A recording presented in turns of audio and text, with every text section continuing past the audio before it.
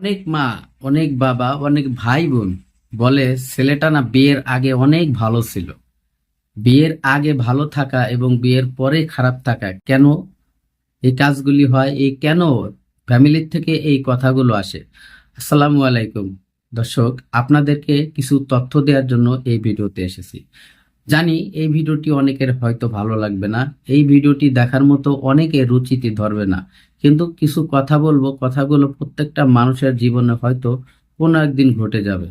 আপনি যত বিলিয়ন লোকই হোক না কেন, বিশেষ করে মধ্যবিত্ত পরিবার যদি হন, তাহলে এই ভিডিওটি আপনার জন্য। আপনি অনেক টাকা, আপনার বাবার অনেক টাকা আছে, আপনি কিছু করেন না, কিন্তু সেই ভাইদেরকে উদ্দেশ্য করে কিছু কথা বলবো। আপনি হয়তো ভাবছেন পড়াশোনা শেষ করব, ভালো একটা জব করব।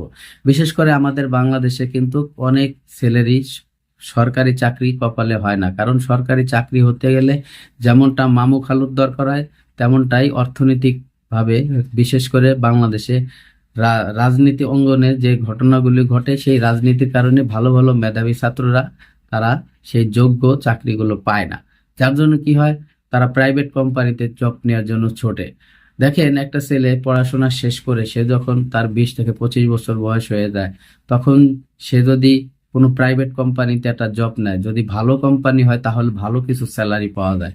যদি নর্মাল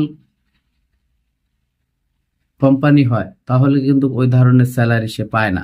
অতএব কি করতে, তার জীবনযাত্রা কিন্তু শুরু করতে হয়, কম হোক আর বেশি হোক। তখনই যখন আপনি শুরুতে বলছিলাম যে ছেলেটি বিয়ের পরে কেন খারাপ হয়ে যায়, তো যখন বিয়ে করেন, সে বিয়ে করার পরে কিন্তু একটা ছেলের, একটা বউর কিন্তু বউ চালাইতে গেলে মোটামুটি একটা পার্সোনালি খরচ আছে।